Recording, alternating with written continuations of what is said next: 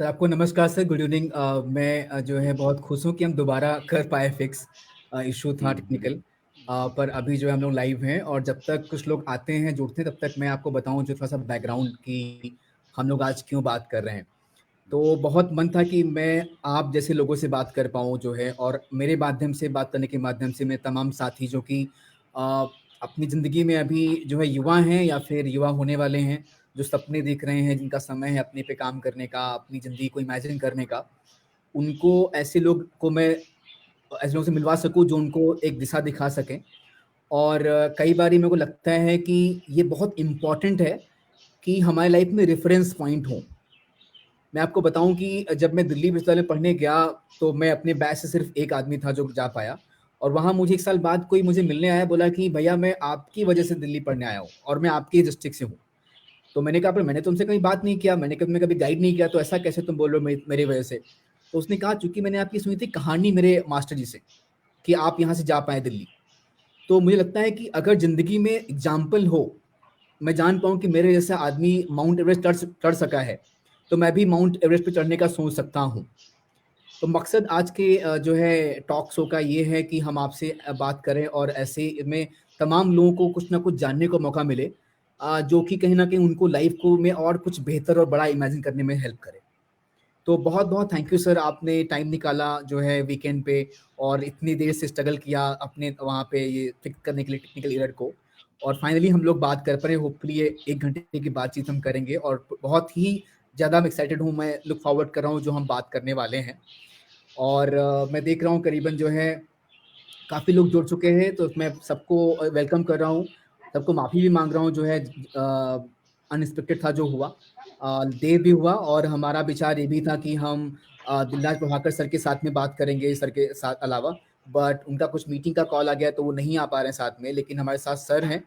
अब मैं सर को इंट्रोड्यूस करूँगा, लेकिन बहुत कुछ नहीं है बताने को, क्योंकि सब कुछ आप लोग समझ जाएँगे जब सर बात करना शुरू करेंगे, कि सर का जो एक्सपीरियंस है, जो जो मेरियाड चीज़ उन्होंने कर रखी हैं, अलग-अलग डिपार्टमेंट्स में, वो सब जान पाएँगे हम लोग।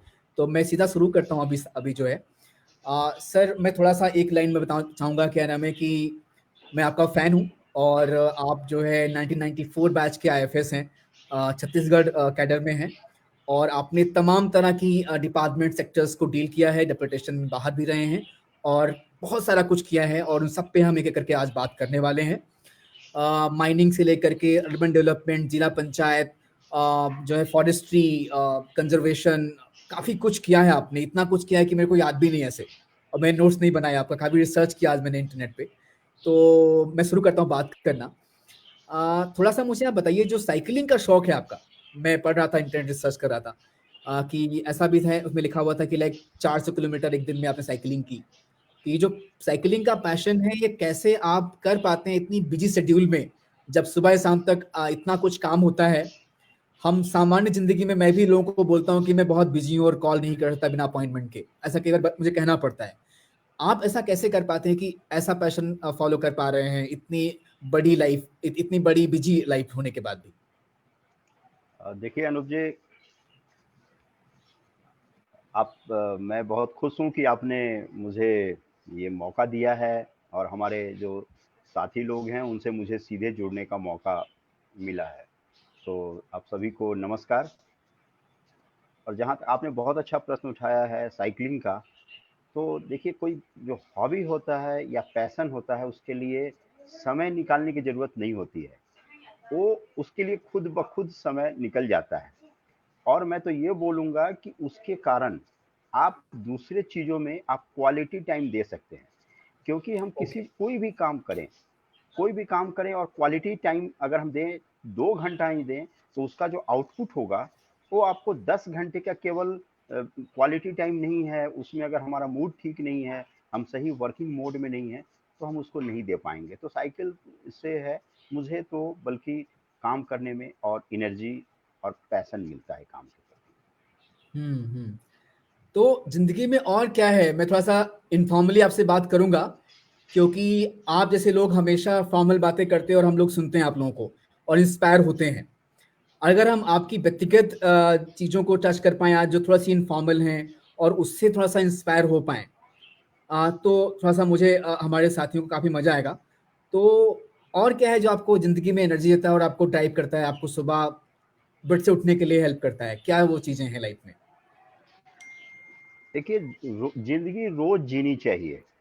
हाँ। मतलब आज आज अगर सुबह बेड से उठते हैं और लगता है कि आज का मेरा क्या लक्ष्य है, तो हुँ, रोज का लक्ष्य बनाकर और रोज की जिंदगी जीना, ये इसी का नाम जिंदगी है।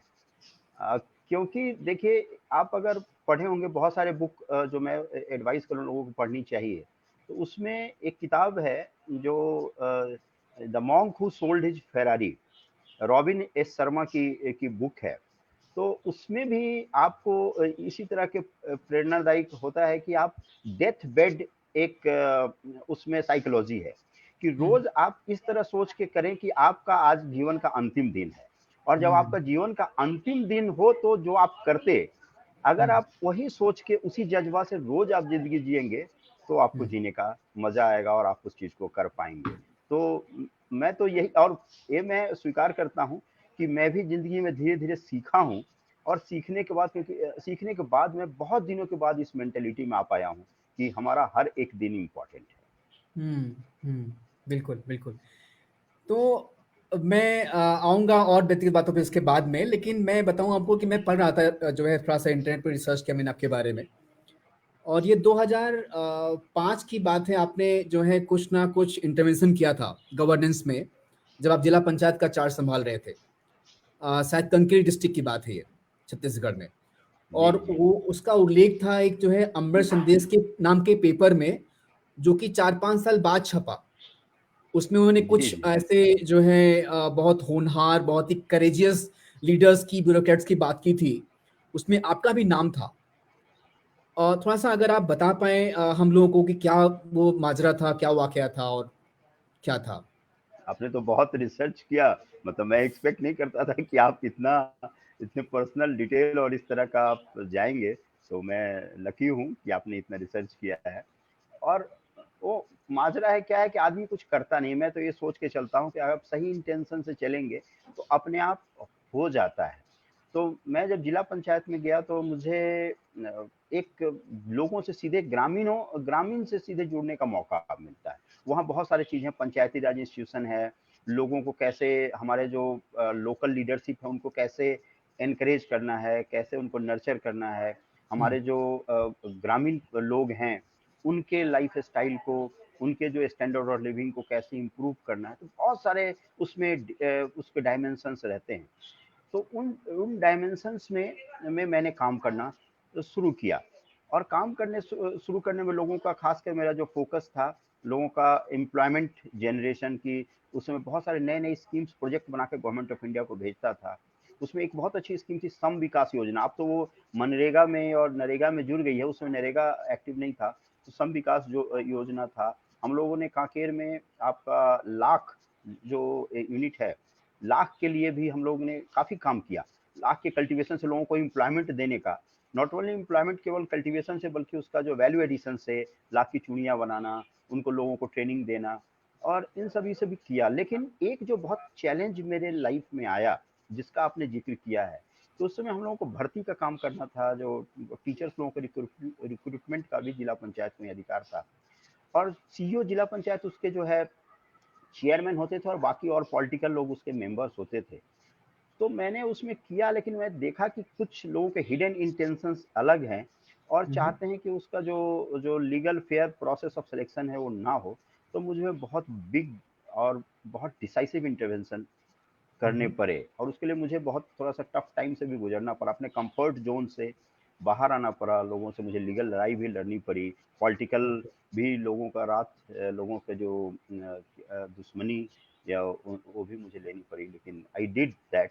और उसी का फल है कि उन्होंने 5-6 बार, मैं खुद एक बार पढ़ रहा था, पता नहीं आपने कैसे उसमें पढ़ा, कि मुझे देखा कि 6 बार लोगों ने मुझे याद किया, वहाँ की मीडिया ने वहाँ को, तो मुझे बहुत काफ़ी हुँ, प्राउड फील हुआ कि मैं हुँ। लोगों के लिए कुछ कर पाया। तो मैं बताऊँ आपको अपना पर्सनल बात कि जब मैं अपनी मास्टर्स की पढ़ाई करने के बाद मैं सोच रहा था कि मैं लाइफ में क्या करने वाला हूँ। मेरे पब्लिक सर्विस में काफ़ी इंटरेस्ट था, और ऐसे काफ़ी लोग हैं जो जो है हमें देख रहे हैं आज। जिनका वही है, मतलब लाइक उनका भी पब्लिक सर्विस में जाना चाहते हैं किसी भी तरीके, चाहे वो गवर्नमेंट में हो, चाहे डेवलपमेंट सेक्टर में हो, चाहे सोशल वर्क के थ्रू हो। मेरी आवाज़ आपको आ रही है सर? आ रही, आ रही, आ रही। हाँ, हाँ, ठीक है।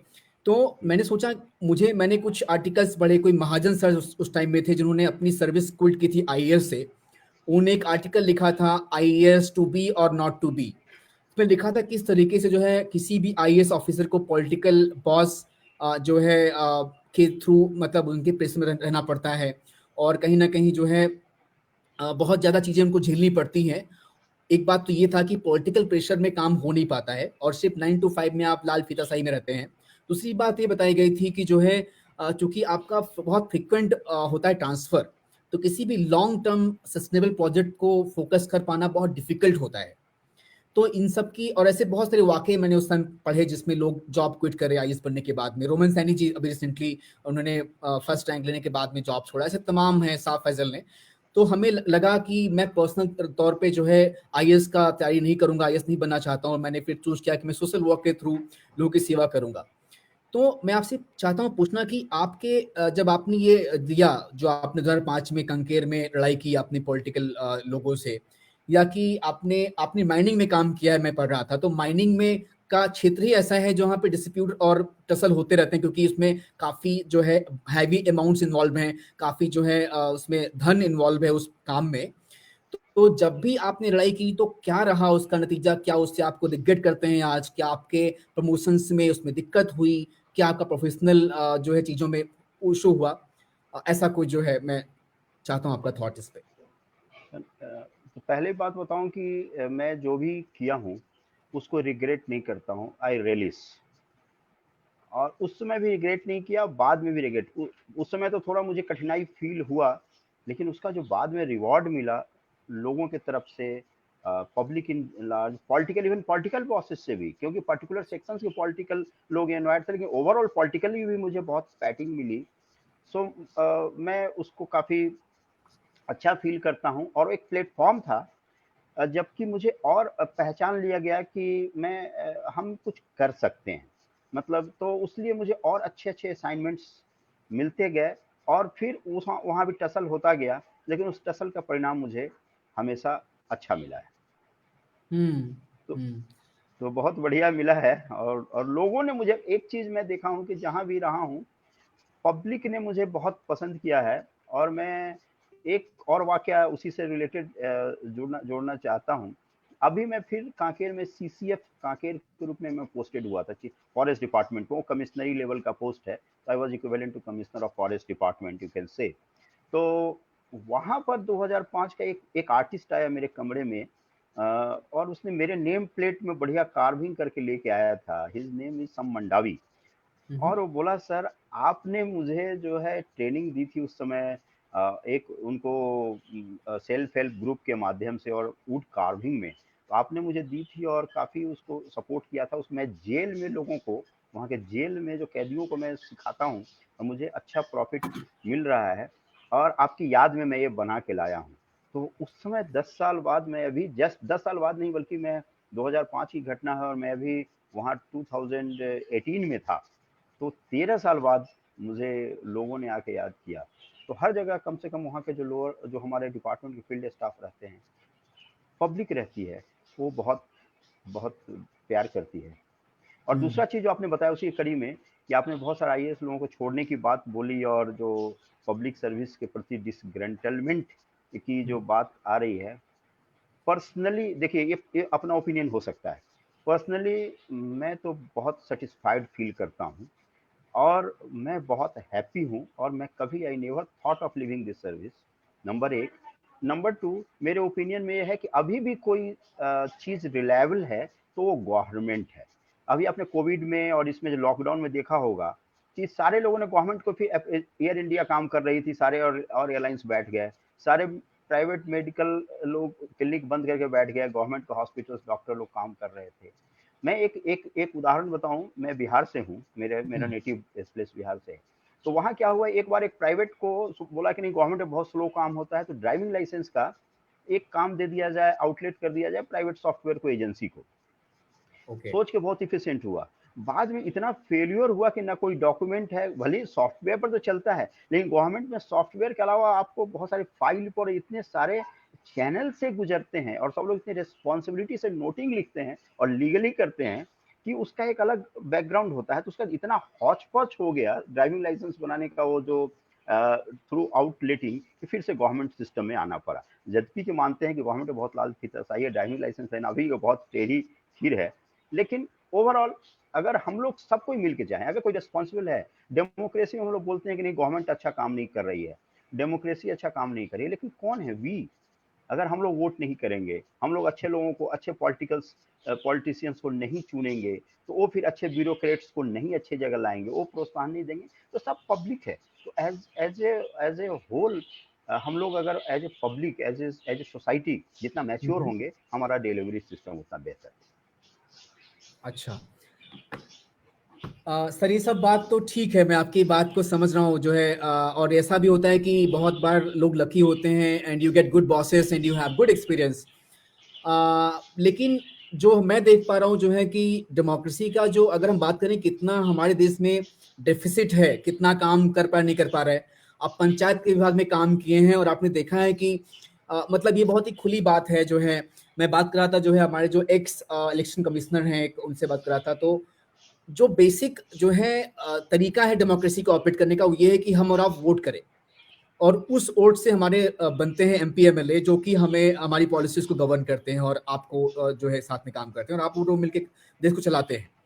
लेकिन जो है अगर अगर वोट को देने में निष्पक्षता नहीं है भारत में, ऐसा बहुत ही जो है प्रिवेलेंट सा जो है जानकारी है कि वोट बिकते खरीदे जाते हैं और जो है नागरिक समाज को इतनी समझ नहीं है कि वो किसको वोट करे, किस आधार पर वोट करे। ऐसे तमाम उदाहरण हैं झारखंड, जो है पश्चिम बंगाल और जो है बिहार में, आप वैशाली से आते हैं, बिहार में जो है यूपी में, तो इन सब जगहों पे ये बहुत ही नॉर्म है जहाँ पे पैसे के बदले में वोट मिलते हैं। और किसी ने कह दिया ऐसे पॉलिटिकल उसने कि भाई मुझे वोट दो, मैं आपको टीवी फ्रिज कूलर दूंगा। तो जनता चूंकि हमारी जो है बहुत गरीब है, अभी भी काफी लोग गरीबी रेखा के नीचे जीवन यापन कर रहे हैं, तो उससे डेमोक्रेसी का जो रियल स्पिरिट है वो कहीं ना कहीं अफेक्ट हो रहा है, डिग्रेड हो रहा है। ये मेरा मानना है। तो आपका आपको लगता है कि ये आप कहीं न कहीं सहमत हो पा रहे हैं? अगर हाँ, तो उसमें क्या बदलाव कर सकते हैं? अगर नहीं, तो आप क्यों ऐसा सोच रहे हैं? नहीं, आपका एकदम वैलिड पॉइंट है। मेरा कहने का एकदम मतलब नहीं है कि गवर्नमेंट का डिलीवरी आपको 100% है, बल्कि मैं बोलूँगा कि डिलीवरी बहुत कम है, बहुत कम है, less, far less than expected है। और उसका उसका ये परिणाम है कि हम लोग जितने गवर्नमेंट सिस्टम में ब्यूरोक्रेट्स हैं या जो और भी लोग जो गवर्नमेंट से जुड़े हुए हैं, सभी लोग पूर्ण इफिशियंसी से काम नहीं करते हैं, पूर्ण हुँ, पूर्ण डेडिकेशन से काम नहीं करते। एक है, अगर सब लोग मिलकर पूर्ण डेडिकेशन से काम करें तो एक चले। दूसरा, अपना अपना एजेंडा चलाते हैं। मेन है कि जो हुँ, जो गवर्नमेंट का, हमारा जो इलेक्टेड गवर्नमेंट है, उनका एजेंडा हम लोग सही दिल से चलाएं। उसमें हम लोग अपना कोई पॉलिटिकल एफिलिएशन ना रखें कि नहीं मेरा इंटरनल झुकाव इस पार्टी की तरफ इधर है, तो मैं ब्यूरोक्रेट्स हूँ तो मैं उसी वही एजेंडा चलाऊंगा। हम लोग उसमें न्यूट्रल बनना पड़ेगा। तो हम लोग वहाँ के जो जो चुनी हुई गवर्नमेंट है, जैसे मैं किसी पॉलिटिकल बॉस से बात करता हूँ, तो मैं उनको बहुत सम्मान से देखता हूँ। मैं टसल की भी बात किया, लेकिन टसल तो एक बहुत बहुत एक छोटा ये है। मैं तो देखता हूँ कि उनके अंदर, वो जब सामने बैठते हैं तो मैं उनके पीछे करोड़ों करोड़ जनता को देखता हूँ जिनको ये रिप्रेजेंट कर रहे हैं। लेकिन आपने दूसरा जो पॉइंट बताया कि वो जो सिलेक्शन प्रोसेस है कि करोड़ों करोड़ों की जनता उनके दिल में है कि नहीं है, उनको उनका जो इलेक्शन प्रोसेस फेयर है कि नहीं है, इसके कारण पूरा वो गैप आ रहा है। तो हुँ, ओवरऑल मैं बोलूँगा कि डिलीवरी सिस्टम जितना होना चाहिए, उतना नहीं है। और डेमोक्रेसी जिस फॉर्म में बहुत डिफिशियंसीज़ है और उस फॉर्म में नहीं है, उसको बहुत रिफ़ॉर्म, रिवाइज़ करने की आवश्यकता है। लेकिन रिफ़ॉर्म भी उतना आसान नहीं है, क्योंकि एक चीज़ अगर रिफ़ॉर्म करते हैं, तो एक से साथ दूसरा चीज़ उसमें एडेड लायबिलिटी भी आता है, और उसमें एक अच्छे के लिए करते हैं, तो बहुत सारी चीज़ बुरा होने का भी उसमें लगता है। तो जब तक हुँ, हमको कोई दूसरा अल्टरनेट मॉडल नहीं मिलता है, तब तक हम बहुत हुँ, ड्रास्टिक चेंज नहीं कर सकते हैं। हुँ, हुँ। तो मैं आपको बताना चाहता हूँ कि जो है कहीं न कहीं इसी बात को लेकर के कि ग्रास रूट्स में अवेयरनेस कैसे हो और तमाम सारे काम जो है देश में हो रहे हैं, जो है नागरिक समाज कर रहा है, इलेक्शन कमीशन कर रहा है और फ़र्क भी आ रहा है। सुधांशु जी हमें देख रहे हैं, वो वकील हैं फर्रुखाबाद से। वो भी यही कह रहे हैं कि अवेयरनेस अभी शुरू हो रहा है। आपने कहा कि जब आप पॉलिटिशियंस को मिलते हैं तो आप सिर्फ ये नहीं देखते कि वो आपके बॉस हैं और आपको टसल करनी है, वो गलत हैं। बाकी आपको दिखता है कि उनके पीछे करोड़ों के लोग हैं जिनको वो रिप्रेज़ेंट कर रहे हैं आपके सामने, जिनके वोट से वो वहाँ पर उस कुर्सी पर आए हैं। उन करोड़ों के लोग की बात से मुझे याद आता है कि 25 साल लगभग आपने सर्विस में दिया है, ऑल इंडिया सर्विस में और डेपुटेशन में जो है दिल्ली भी आए हैं, जहाँ तक जानकारी मुझे है। और तमाम तरह के कम से कम 18-19 तरह के अलग-अलग चीज़ों में आपने अपना हाथ लगाया है इन 25 सालों में। इतनी बड़ी स्तर पर काम करना और मतलब बहुत कुछ बहुत बड़ी बात है मेरे लिए ये समझ पाना। आप मेरे पिताजी की तरह हैं और इतना कुछ आपने किया हुआ है अपनी उम्र में। तो मैं जानना चाहता हूँ आपकी राय सॉरी कि आपको जब इतना कुछ होता है शूटिंग बूटिंग लोगों से मिलना पॉलिसी मीटिंग्स जो है एयरपोर्ट को का फ्रीक्वेंट यूज करना एयरप्लेन पे उड़ना और तमाम लोगों के लिए पॉलिसी बनाना तमाम लोगों को रोज मिलना इतनी फास्ट लाइफ और इतनी रिच लाइफ इतना एडमरेबल जॉब तो आपको कभी अपने आप पे लाइक मैं फ्रैंकली आपसे बोल रहा हूँ फ्रैंकली स्पीकिंग सो है हमारा आपको कभी ईगो नहीं आता अपने आप पर कभी आप दम्ब नहीं फील करते अपने इस पोजीशन के बारे में बहुत आपने अच्छा सवाल पूछा है और मुझे ऑनेस्ट मैं इसका ऑनेस्ट उत्तर दूंगा। यस, शुरू में आता था। ये भी है कि जब जब सिविल सर्विसेज में आने का प्रयास किया और वहाँ पर आया, तो ये भी मैं एडमिट करूँगा कि पब्लिक सर्विस के साथ-साथ उससे जुड़ा हुआ ग्लैमर जो था, वो भी अट्रैक्ट किया था और उसके कारण भी मुझे एक मोटिवेशन मिला था आने का। लेकिन जैसे-जैसे लाइफ के दिन बीतते गए, अपनी ज़िंदगी के दिन जो एक्सपीरियंस बढ़ते गए और ज़िंदगी के दिन कम होते गए, वैसे-वैसे मुझे लगा कि जितना आप खुलेंगे ना, उतना आपको लगेंगे कि आप बहुत एक छोटा तिनका हैं। मतलब पहले लगता था कि I can do this thing वो चेंज कर सकता हूँ और ये है, लेकिन धीरे-धीरे लगा कि मैं इतने एक ब्रह्मांड में, इतने सारे यूनिवर्स में एक बहुत छोटा एक सिस्टम का एक टुकड़ा टाइप का हूँ और जितना आप आगे ज्ञान जितना आप देखेंगे लगेगा कि बहुत कुछ सीखना बाकी है, बहुत कुछ जानना बाकी है, तो फिर ईगो कैसा? तो जैसे-जैसे आप उम्र बढ़ेगी, आप जो है थोड़ा अध्यात्म की तरफ जाएँगे और देखेंगे, ईगो खत्म होता है और मेरा ईगो खत्म हो चुका है। मुझे तो सारे लोगों से मिलना बहुत अच्छा लगता है। पहले भी मैं अपने आप को रोज़ सोचता था कहीं ईगो तो नहीं आ गया है, तो उसको फिर हटाने की कोशिश करता था। हम्म, हम्म। तो आपने जो है नीदरलैंड में आप पढ़ने गए थे मास्टर्स के टाइम में और इसके पहले आपने आईटी से अपनी पढ़ाई की है तो जिस तरह से आपने आईटी के बाद में फॉरेन में गए तो जो नॉर्मल चलन में देखता हूँ अपने साथियों में कि जो है आईटी से पढ़ने के बाद में अगर आप फॉरेन गए तो आप अच्छी सी जॉब करते हैं फॉरेन में मेरे बहुत सारे दोस्त हैं जो कि यूएस में जर्मनी में सेटल्ड हैं और जॉब कर रहे हैं तो आपने ये चॉइस कैसे किया कि आप वापस आए और ये पब्लिक सर्विस चूज किया गवर्नमेंट के साथ काम करने का और क्या कभी रिग्रेट करते हैं जब आप मिलते हैं अपने साथियों से कभी किसी फंक्शन में कि काश मैं इनकी तरह कुछ करता कॉर्पोरेट में अच्छे पैसे कमाता ऑडी गाड़ी होती मेरे पास कुछ ऐसा दिमाग में आता है क्या आपको नहीं, फ्रैंकली बताऊँ जैसे मैं अपने कैसे क्यों सर्विस में घुसा वो तो बता चुका। जब मैं आईआईटी की तैयारी कर रहा था, आईआईटी में पढ़ा भी और पास किया, तो जिस समय मैं लास्ट हम लोग का सेमेस्टर चल रहा था, जो सारे लोग बाहर के अब्रॉड के यूनिवर्सिटीज़ में अप्लाई कर रहे थे, हायर स्टडीज़ के लिए, क्योंकि वहाँ डायरेक्ट जॉब के लिए नहीं जाते हैं, पहले हायर स्टडीज़ करते हैं, फिर उसके बाद जॉब में जाते हैं। तो मैं सोच लिया था कि ऐसा कोई काम नहीं करूँगा जिससे मुझे इंडिया छोड़ना पड़े। तो उस कारण से मैं अप्लाई ही नहीं किया और मैं कोई कॉर्पोरेट का जॉब भी मैंने ट्राई नहीं किया और इस कारण से एक और पहलू है जो कि मेरी वीकनेस थी जो कि हो सकता है मेरे लिए अच्छा हो गया आई वॉज वेरी होम सिक मतलब मैं अपने घर को नहीं छोड़ना चाहता था मैं अपने जो है गांव परिवार को नहीं छोड़ना चाहता था वो भी एक कारण था कि मैं वहां जाऊंगा तो मैं तो रह ही नहीं पाऊंगा और उसका सबसे अच्छा मैं पहली बार आप लोगों को शेयर कर रहा हूँ मैं किसी को शेयर नहीं किया हूँ क्या वह सो होम सिक कि मुझे लगता था कि जैसे पढ़ते थे हम लोग आईआईटी में तो रात में मैं जाके स्टेशन में बैठता था रात में बैठता था चलाता था मतलब इतना था कि चलो ट्रेन देख लिया, हमारे यहाँ जाने वाली ट्रेन है, तो रात भर हाँ। ट्रेन देखा, फिर आके सो गया कि चलो मैं घर पहुँच गया, आ गया। तो उस तरह की फीलिंग थी, इस हुँ, कारण से मैं इंडिया में, तो सोचिए वहाँ की मिट्टी का लगाव था। जब वहाँ घर की मिट्टी बिल्कुल। के इतना लगाव है, तो मैं कैसे छोड़ सकता था? और उसी से रिलेटेड अभी घटना हुई, अभी हम लोग का जो आईआईटी में एलुमनाई मीट हुआ था, हम लोग जो मिले थे, तो हमारे सारे लोग अब्रॉड में थे, they are very well paid और अच्छे जगह हैं। कम से कम हुँ, मुझसे 10 गुना तो लोगों को मंथली और ईयरली एनुअल होगा। लेकिन ओके, पूरे सेटिस्फैक्शन लेवल को नापा, जो जो type of okay. Challenges we handle, वो एक फील्ड में कर रहे हैं, हम लोग रोज डिफरेंट असाइनमेंट डिफरेंट तरह के कर रहे हैं। तो उसके बाद देखा कि हैप्पीनेस इंडेक्स जो है ना, ओवरऑल क्यों करते हैं हम लोग, कोई भी चीज करते हैं हुँ, हैप्पीनेस के लिए करते हैं। तो हैप्पीनेस हुँ, इंडेक्स जो है लेवल, जो अगर हैप्पीनेस का पॉइंट देंगे, तो मेरा हैप्पीनेस, हुँ, मैं खुद अपने आप को रेट करता हूँ आउट ऑफ 10 9.5। तो हुँ, और लोगों को मैं देखा कि they are not at all happy, या किसी तरह से उनमें कुछ कमी है, हुँ, संपूर्णता नहीं है, या कोई एक दिल में टिस है, कसक है। वो चीज़ मेरे मेरे ज़िंदगी में ऐसा नहीं लगा कि भगवान की कृपा से, ऊपर वाले की कृपा से मेरे ज़िंदगी में कोई कसक नहीं है, एक तरह से पूरी संतुष्टि है। तो मैं अपने आप को कोई, इसलिए ओवरऑल मेरा कंक्लूडिंग सेंटेंस ये है कि मैं जो भी हूँ, जहाँ भी हूँ, जितना भी हूँ, मैं खुश हूँ।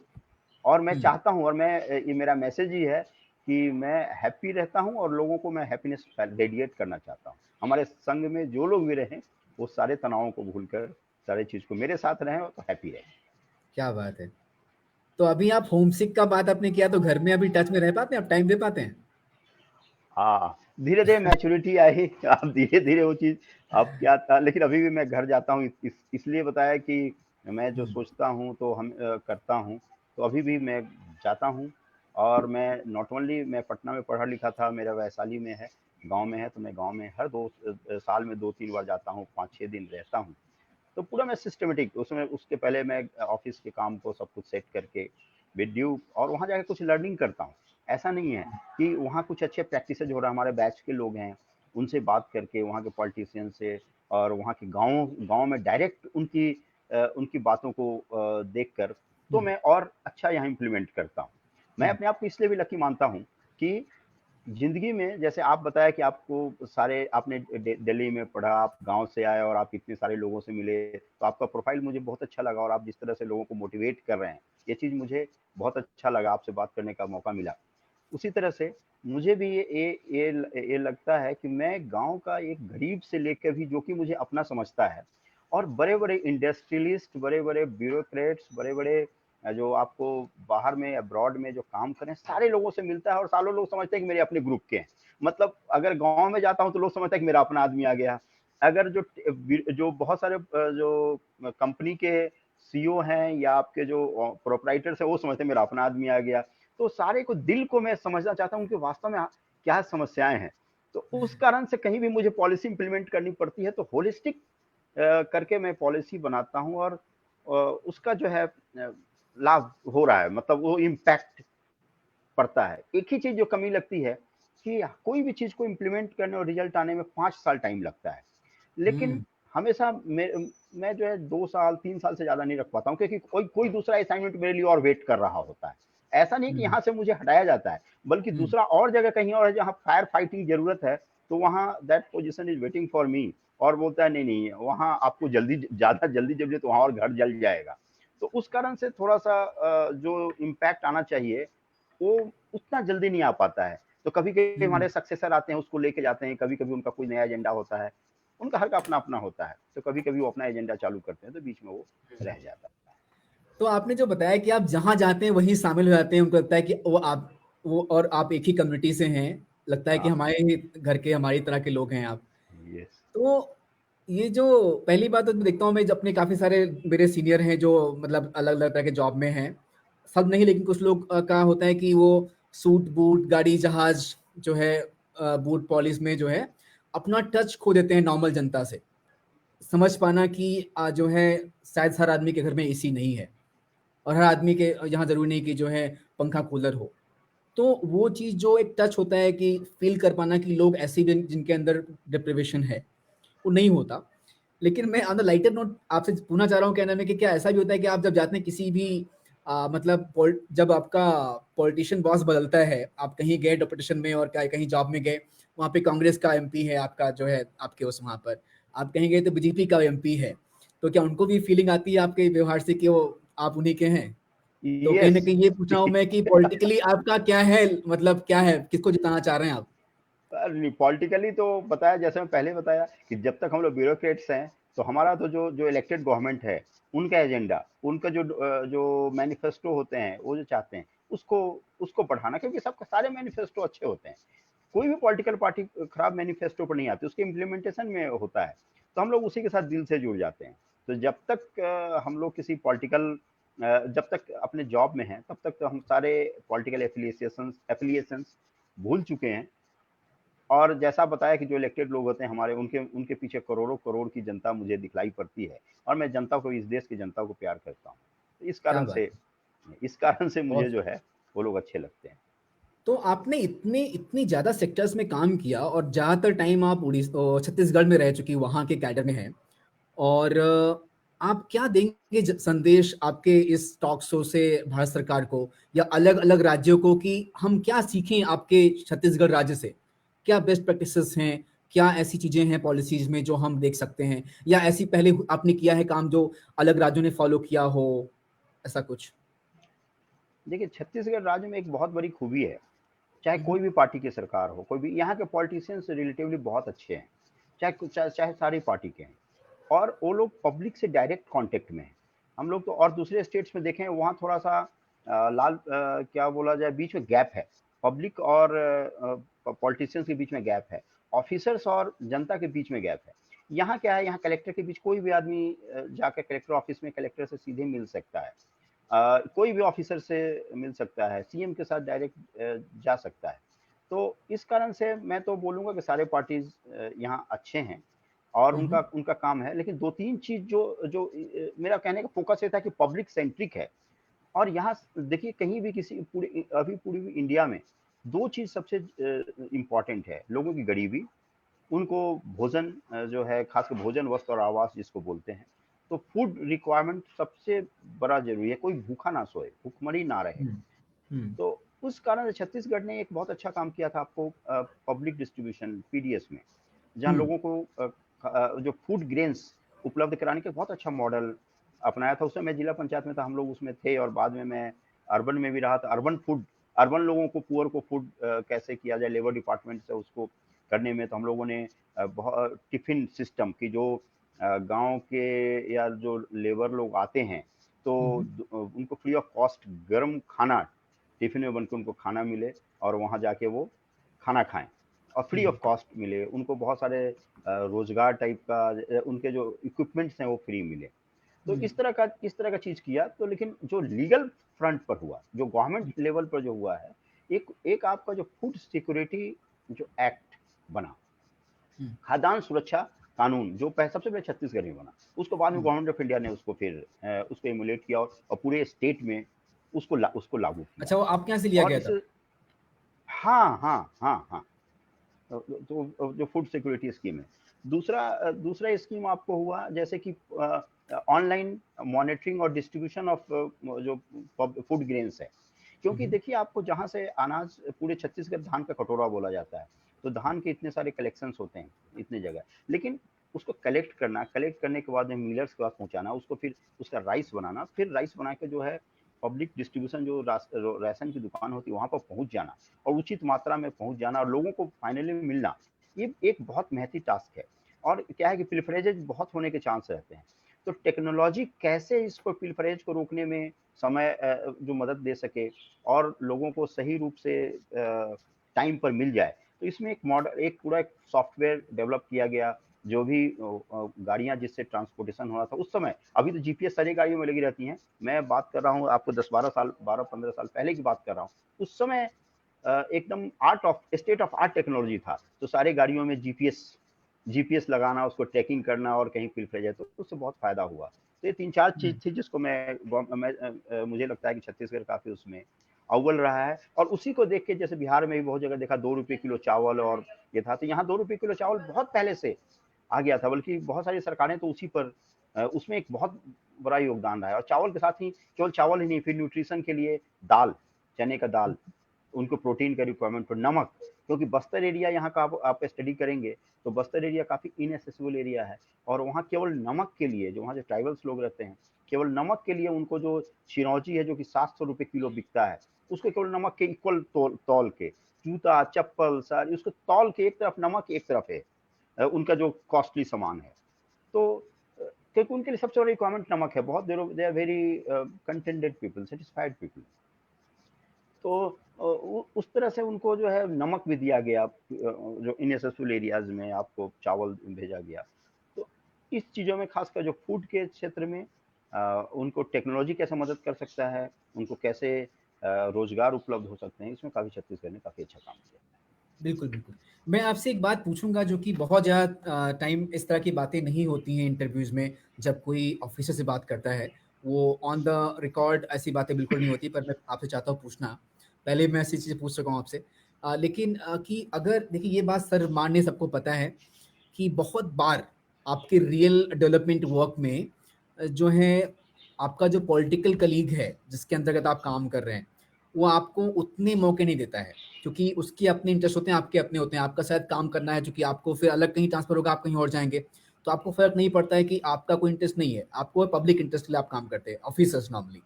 बट कई बारी पॉलिटिशियंस अपने वेस्टेड इंटरेस्ट से आपको अपने आप से काम करवाना चाहते हैं, आप पे दबाव बनाते हैं। तो ऐसे मौके पर कभी आपने कैसे इसको उसको रिस्पॉन्ड किया इस सिचुएशन को, अगर आपके पास आई तो?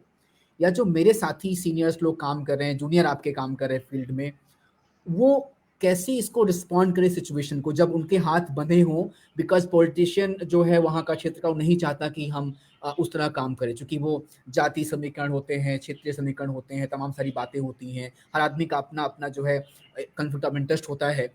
तो वो क्या सोचे और अल्टीमेट एलिजेंस किसको रखें?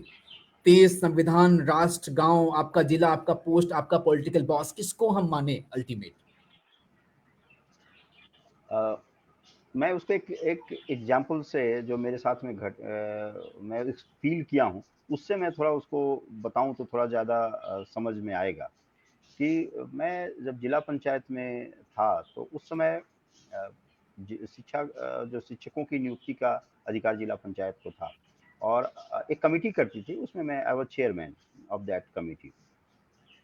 तो उस समय काफ़ी मैं देखा कि जो है लोग पता नहीं कैसे अपने आइडियल भूल गए हैं, और सब लोग अपने अपने कैंडिडेट्स को कराना चाह रहे हैं, नौकरी दिलाना चाह रहे हैं, और मुझे पास फ़ोन कर रहे हैं कि इसमें देखिए कैसे हो सकता है। हम कहे इसमें कैसे होगा, सारा कुछ तो नियम से बना हुआ है, उसमें तो रिटन है, इंटरव्यू है, और यह तो नहीं तो बहुत सारा मार्क्स तो आपके हाथ में रहता है, और नहीं मैं नहीं जानता हूँ, आपको दो तीन लोग मेरे सेट करने, इस तरह के बहुत सारे लोग आते आने पड़े थे। तो मुझे उस समय, जो मैं इतने फैन हूँ पॉलिटिकल बॉसेस का, तो दो दे वर नॉट डायरेक्ट बॉसेस क्योंकि वो थे, लेकिन दे पॉलिटिकल क्लाउड था उन लोगों का, उनके बिल्कुल। अगेंस्ट मुझे जाना पड़ा, उनके अगेंस्ट हुँ, मुझे जाना, and I had an head on fight with them, legal battle हुआ, and they had to retreat. तो हुँ, वो चीज़ हुआ, काफ़ी मेरे लिए भी काफ़ी वो संघर्षपूर्ण था, क्योंकि इतने सारे लोकल लोगों के साथ, हम लोग तो बाहर के रहते हैं लोकल, हुँ, हुँ, हुँ, उसके में टसल लेना पड़ा। तो इस समय एक कंक्लूजन जो आपने बताया ना, कि कंक्लूजन ये है कि ठीक है, हमें तो हमेशा पॉलिटिकल बॉसेस को और उनके जो एजेंडा को उनको लेके चलना है, सही ढंग से इम्प्लीमेंट करना है। लेकिन जब बात अपने मॉरल पर आ जाए, जब बात अपने लॉ पर आ जाए, जब बात कॉन्स्टिट्यूशन पर आ जाए, तब आपको निर्भय होके, और एक एकदम अर्जुन की आंख की तरह, कि नहीं, हमको कॉन्स्टिट्यूशन को, हमको लॉ को ही बचाना, और मेरा फाइनल एलिजियंस कॉन्स्टिट्यूशन और लॉ के प्रति है। और अगर हमेशा अच्छे टाइम तो हमेशा आते रहते हैं, आदमी की हुँ, पहचान टफ टाइम में होती है, उस समय अपना अपना मेटल दिखाना पड़ता है, और इसीलिए सिविल सर्विसेज बना है, ऑल इंडिया हुँ, सर्विस इसीलिए बना है। और बल्कि हुँ, हम लोग थोड़ा इसको खोते जा रहे हैं, तो मैं अपने यंग जो जो हमारे कलीग्स, जो हमारे छोटे भाई और हमारे बच्चों की तरह जो अभी आएंगे, अभी उनका तो लाइफ है, तो यही बोलूँगा कि आप जो भी रहें, आप उसको अच्छा करें। आप एक सिनर्जी का देखिए, मैं नहीं बोल रहा हूँ टकराव करना है, सिनर्जी का एक अलग मजा है। देखिए क्या है, एक एक प्लस एक, दो नहीं होता है, 11 होता है, और अगर 1 - 1 0 हो जाता है, तो हुँ, जितना हम लोग सिनर्जेटिक लेके चलें सबसे अच्छा है। लेकिन हमेशा सिनर्जी के लिए आपको कॉम्प्रोमाइज़ नहीं करना है। जहाँ अपने वसूलों की बात आ जाए और वसूल भी हुँ, अपने वसूल नहीं, हमको जो अच्छा लगता है वो नहीं है। हमारा कॉन्स्टिट्यूशन क्या कहता है, हमारा लॉ क्या कहता है, उसी को अपने को देखना है। और हमारे लिए ज़रूरी नहीं है, ये केवल थ्योरेटिकल बात नहीं है, अपने नौकरी की सुरक्षा के लिए हुँ, हुँ, भी हाँ, ज़रूरी है, क्योंकि बाद में आप जो करते हैं वो रिकॉर्ड में रहता है जितना भी है, क्योंकि ज़रूरी नहीं है कोई पॉलिटिकल प्रोसेस बाद में चेंजेज़ होगा, इंस्टीट्यूशन चेंजेज़ होंगे, फिर किस एंगल से देखेंगे तो नहीं है। तो सत्य जो है वो हमेशा एक ही तरह रहता है, हुँ, लेकिन और जितने मैनिपुलेशंस रहते हैं वो टाइम के साथ में बदलते जाते हैं। तो हुँ, सत्य का रास्ता तो अंत में चुनना चाहिए। तो आपने कहा कि अल्टीमेट हमें सत्य के रास्ते पे चलना है और सत्य का रास्ता संविधान के उसमें है। मैं मुझे यस। एक बहुत ही इंटरेस्टिंग बात याद आ रही है, मैं नवोदय विद्यालय से पढ़ा हूँ और नवोदय विद्यालय में जो है हमें एनसीईआरटी किताब पढ़ाई जाती है। एनसीईआरटी में जब खोलते हैं हम अपना जो है कवर, तो पहले पे आता है जो है उसका संविधान का प्रियम्बल आता है, प्रस्तावना आता है। उसमें तमाम सारे जो है अच्छे-अच्छे वर्ड हैं जो जो कोई भी अगर अपने लाइफ में इम्बाइब करे, तो वो हमेशा कॉन्स्टिट्यूशनली जो है सही रहता है। तो कहीं न कहीं मैं आपसे अगर पूछूँ कि आपको वो क्या चीज़ है जो मतलब संविधान में बहुत ज़्यादा मतलब ट्रिग करती है? वो कौन से राइट्स हैं, कौन सी ड्यूटीज़ हैं, 1-2 चीज़ जो आपको बहुत रिलेट कर पाते हैं आप संविधान में जो हैं, प्रिएम्बल में? देखिए, संविधान में राइट तो बहुत मिल गए। हम लोग अब राइट की बात करनी छोड़ देनी चाहिए, क्योंकि जितने राइट इंडिया में मिले हैं और सारे लोगों को मिले हैं, इसीलिए थोड़ा एनार्की आ रहा है। हम लोग राइट्स के प्रति बहुत ध्यान दे रहे हैं। मुझे सबसे अच्छा फंडामेंटल ड्यूटीज लगता है। संविधान में फंडामेंटल ड्यूटीज लोगों को बोला गया है। हम उस ड्यूटीज पर ज़्यादा ध्यान दें। अगर सब लोग अपने ड्यूटीज पर ध्यान दें तो हमारे राइट्स अपने आप मिल जाएंगे। हम लोग क्या करते हैं, अपने राइट्स के दूसरे के राइट पे इन्फ्रिंज करते हैं। तो हुँ, हाँ, ये ठीक है। राइट्स अगर किसी का होना चाहिए तो जो मूक है, जो बोल नहीं सकता है, जिसकी आवाज़ दबी हुई है, उनके राइट्स को हमको देखना है। और हम लोग जो हैव हैं और हैव नॉट्स हैं, तो हम लोग जितने हुँ, हैव वाले हैं, हैव नॉट्स के प्रति अगर ध्यान दें तो उनके राइट्स के अपने राइट्स को थोड़ा सा बैक एंड में रखना पड़ता है, क्योंकि हुँ, देखिए हमारा इंस्टिंक्ट ही है। हम लोग बैक एंड में रखेंगे तो भी अपने अधिकार के प्रति तो हम लोग सजग हो ही जाते हैं, लेकिन थोड़ा बिल्कुल। कंससली ही सही अपने अधिकार को थोड़ा भूल के फंडामेंटल ड्यूटीज की तरफ अगर जाएं तो ये है। दूसरा एक हुँ, और जो मुझे लगता है, जो संविधान की बात बता रहे हैं, प्रेम्बल बहुत अच्छा है। प्रेम्बल जो है हुँ, बहुत ये है। और अगर एक और है तो फंडामेंटल राइट्स जो बोल सकते हैं, फंडामेंटल राइट्स जो हम हमें मिले हैं, वो है हमारा जो लीगल रेमेडी का राइट है। मतलब इंडिया ही एक ऐसा कंट्री है बहुत सारे कंट्रीज में जहां हम किसी भी लोग के विरुद्ध में जाकर हम लोग न्याय व्यवस्था पर न्याय प्राप्त करने का संवैधानिक एक व्यवस्था है। भले उसमें भी बहुत सारे डिलेड हैं और हैं, उस पर ना जाएं। कमियां कमियां तो हर जगह होती हैं, फिर भी हम हमारे कॉन्स्टिट्यूशन में ये जो कॉन्स्टिट्यूशन में ही जो लीगल इंडिपेंडेंस ऑफ जुडिशियरी है, ये भी मुझे बहुत प्रभावित करता है। तो आपका आपका अनुभव क्या-क्या रहा है? थोड़ा-सा अगर आप बता पाएँ दर्शकों को के लिए फ़ायदे के लिए, जानकारी के लिए। किस-किस जगह पे क्या-क्या पोज़ीशन्स आपने हेल्ड की हैं और क्या-क्या इन्फ्लेक्शंस पॉइंट है आपकी सर्विस में? मैं तो फॉरेस्ट में ही फॉरेस्ट सर्विस में हूँ, तो मेरा मूल काम तो से फॉरेस्ट का मैनेजमेंट, वाइल्ड लाइफ मैनेजमेंट, उनका प्रोटेक्शन, इकोसिस्टम का प्रोटेक्शन, क्लाइमेट चेंज जो अभी बर्निंग चीज़ है। मैं क्लाइमेट चेंज का यहाँ पर स्टेट नोडल ऑफिसर रहा हूँ। ये जो कि मैं आपको नहीं, आप पता नहीं, मैं बहुत जगह वो नहीं उसमें रिफ्लेक्ट होता है, लेकिन मैं उसको बहुत हैंडल किया हूँ। उसके अलावा जैसे बताया, मैं माइनिंग में जो था तो managing director mineral development corporation का था उस समय था, जबकि कोल काफ़ी हीटेड था। तो गवर्नमेंट ने मुझे हुँ, वहाँ मौका दिया और उसको अच्छा उस समय उस टर्मोइल के फेज में, टफ फेज में उसको मैं मतलब उसको ले जा पाया। अर्बन डेवलपमेंट में मिला, रूरल डेवलपमेंट जिला पंचायत पंचायत में मिला, और फिर फॉरेस्ट में मैं चीफ कंजर्वेटर ऑफ फॉरेस्ट, तीन जो कमिश्नरी लेवल होता है, तीन आधा जगह स्टेट के हाफ हाफ स्टेट में मैं रह चुका हूँ। और अभी मैं हुँ, पूरा विजिलेंस देख रहा हूँ, पूरे कंप्लेंट सिस्टम को, विजिलेंस सिस्टम को, करप्शन को मैं अभी कंट्रोल कर रहा हूँ। हुँ, हुँ। ये जो है अगर मैं बात करूँ अभी का जो आप कर रहे हैं ग्रीवांस और कंप्लेंट्स में काम कर रहे हैं जो, इसको मैं जोड़ रहा हूँ आपके उस हम्म, बात से जो आपने कही थी लास्ट उसमें कि राइट बहुत मिल गए हैं, ड्यूटी पे देखना थोड़ा ध्यान देना पड़ेगा। बहुत सारी जगह पे ऐसा हुआ है जब देखा गया है कि मतलब मेरे बहुत से साथी क्लाइमेट चेंज में काम करते हैं और कई बार ऐसा होता है कि सरकार डैम बनवाती है या लोगों को विस्थापित करती है, पेड़ काटती है, और ऐसा आपका डिपार्टमेंट ये कहता है कि भाई विकास के लिए इंफ्रास्ट्रक्चर के चाहिए होगा, उसके लिए हमें पेड़ काटना नॉर्मल है, जो है बिजली पाल देना पड़ेगा, और बहुत सारे लोग जो खासकर ट्राइबल बेल्ट के होते हैं उनको नुकसान झेलना पड़ता है। तो क्या ये जो क्लेम है लोगों का कि फॉरेस्ट डिपार्टमेंट जो है वो एंटी पीपल हो गया है या हो रहा है? हाँ, कुछ कुछ हद तक आप सही हैं। एंटी पीपल हो गया नहीं है, ये सही नहीं है। परसेप्शन जो हम्म, फॉल्स परसेप्शन जो बन रहा है, ये कुछ हद तक हम्म, सही है और हमारा काम ही यही है। देखिए, पुलिस अगर प्रो पीपल हो जाएगी और क्रिमिनल को नहीं पकड़ेगी और सबके प्रति बोलेगी नहीं, सबको राइट मिलना चाहिए, लेकिन जो राइट का इन्फ्रिंज कर रहा है, जो लॉ का इन्फ्रिंज कर रहा है, हमको तो लॉ को देखना है। और हमको लॉ को अगर अपना उसमें इंटरप्रिटेशन नहीं करना है, अपना इंटरप्रिटेशन उसमें करना है कि लॉ जो है बेस्ट रूप में इम्प्लीमेंट हो और उन लोगों के फेवर में इम्प्लीमेंट हो जहां हो सको, जो कि सबसे लास्ट कॉर्नर में बैठे हुए हैं। लेकिन हमारा हम्म, मेन एलिजेंस क्या है? लॉ के साथ है। तो हमारा काम ही यही बिल्कुल। है फॉरेस्ट में लोगों को, चोरी को पकड़ना, जो अपराध करते हैं उनको पकड़ना, या जो आपको, हम वी आर कस्टोडियन, हम लोग जो पूरा आपका इकोसिस्टम है कस्टोडियन है।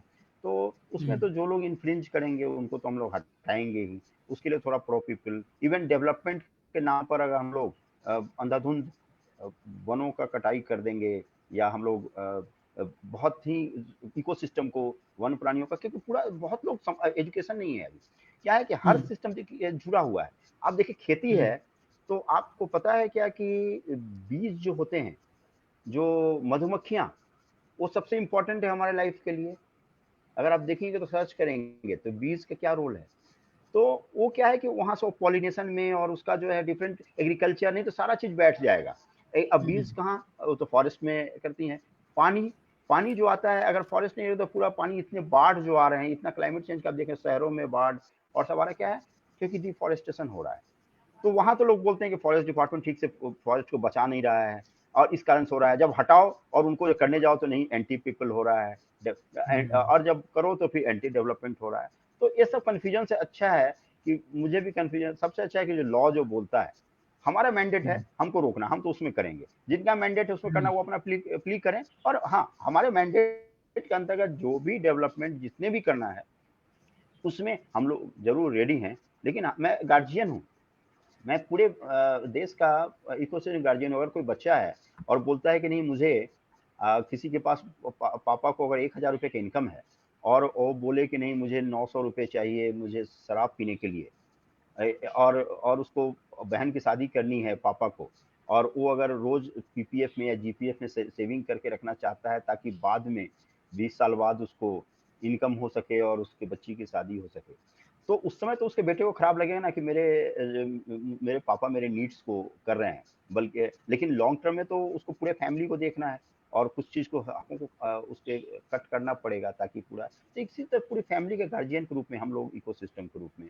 एज ए काम करते हैं। तो जी, उसमें बच्चों जी, का, अपने लोगों का थोड़ा सा नाराजगी झेलनी पड़ती है। बिल्कुल, बिल्कुल, बिल्कुल।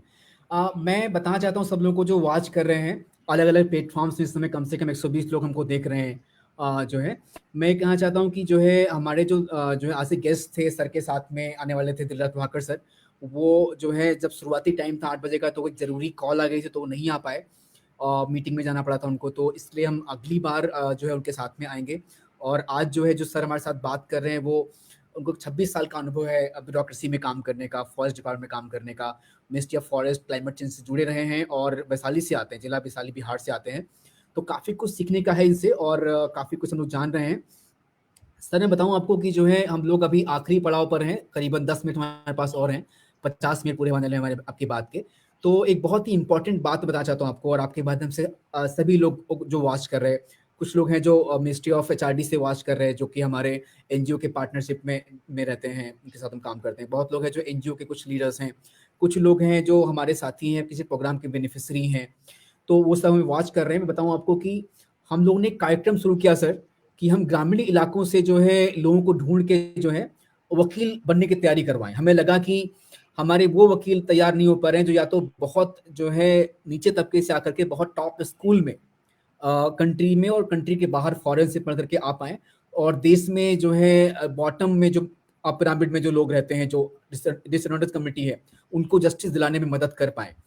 तो उसके लिए हम तैयारी करवा रहे हैं बच्चों का। वो जवाहर नवोदय विद्यालय बहराइच में कैंपस है हमारा, वहाँ पर वो 50 बच्चे रहते हैं। वो अलग-अलग 81 जिलों से आए हैं और वहाँ पे रह करके तैयारी कर रहे हैं अपनी लॉ की। अभी उनको सपना हमारा है कि उनको भेजेंगे हम लॉ कॉलेज में पढ़ने के लिए और फिर थ्रू आउट द लाइफ पूरे ज़िंदगी उनका साथ दे करके इंटर्नशिप करियर में उनको साथ दे करके प्रयास करना है कि जो जिस बदलाव की बात हम और आप कर रहे हैं, उसके वो जो है इंस्ट्रूमेंट बन पाएँ। तो मैं आपसे इसी उन लोगों के लिए ये चाहता हूँ कि थोड़ा मैसेज आप दें कि पढ़ाई कैसे करनी है और भी लोग जो वॉच कर रहे हैं, पढ़ाई का क्या टेक्निक है? आपने साइकोलॉजी की पढ़ाई भी की है और आपने मेहनत से पढ़ाई करके अपने टाइम में एग्जाम क्लियर किया है और आप लगातार टच में रहे हैं। आपका जो इंटरेस्ट है, मुझे लगता है कि पढ़ाई भी है, जैसा मैं समझ पा रहा हूँ इंटरनेट पर देखने के बाद में। तो पढ़ाई कैसे करनी है? यस, बहुत अच्छा सवाल है और आप बहुत अच्छा काम कर रहे हैं।